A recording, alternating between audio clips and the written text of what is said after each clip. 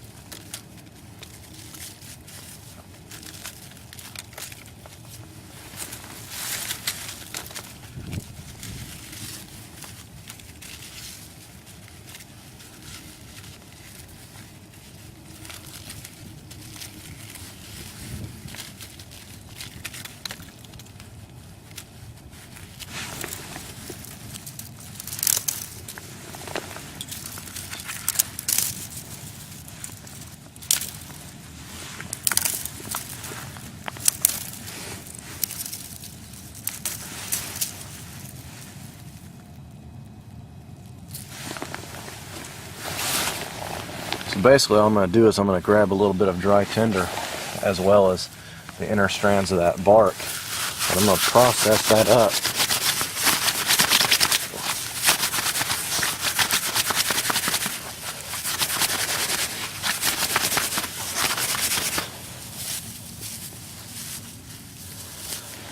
And I've already done that a little bit with some of the other stuff. And all I've done is I'm going to break the cattail up.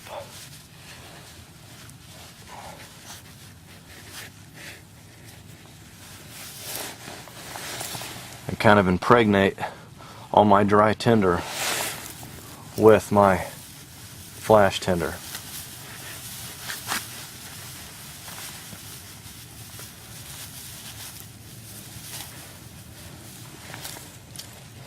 You can also see that I put a base layer of sticks down because I'm on a sandbar and I don't want that moisture getting up into this stuff. Now really is what I'm going to try to do is, everybody knows heat rises. So I'm actually just going to make a pocket. And I'm actually going to try to force my spark down into that pocket. Kind of lay it over a little bit. Put my lead-sized sticks on it now. That way all I've got to do is add to that with more lead-sized sticks and work my way up to pencil size and so on and so forth.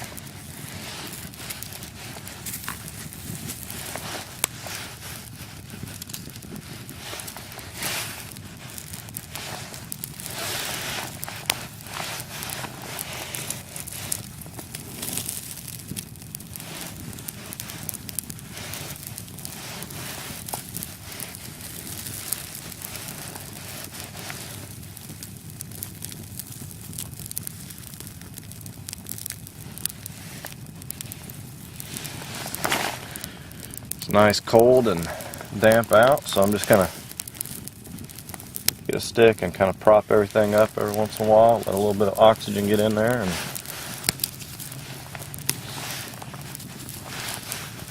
slowly feed it and build it up.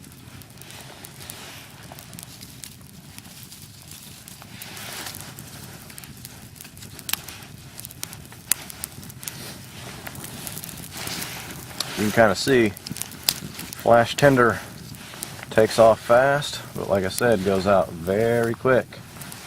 And in a lot of aspects, it's just kind of a pain in the ass, really. I don't use flash tinder a whole lot.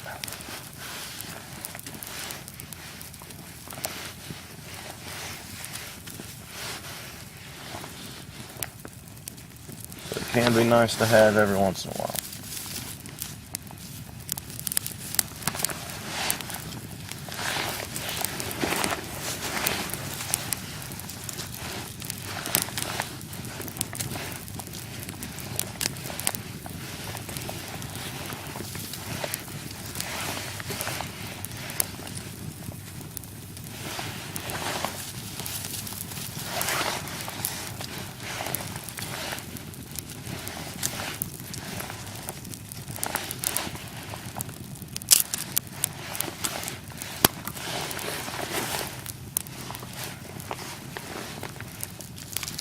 Now we've got all that lead size fuel going, so I'm gonna throw on a little bit more and we'll slowly build this bad boy up. Alright guys, well thanks for joining me. I'm gonna sit back, relax a little bit, and then I'm gonna tend to this broken down shelter, patch up all the holes, fill it in, and kick back and relax a little bit more, maybe have a bite to eat. So, as always guys, have a good one.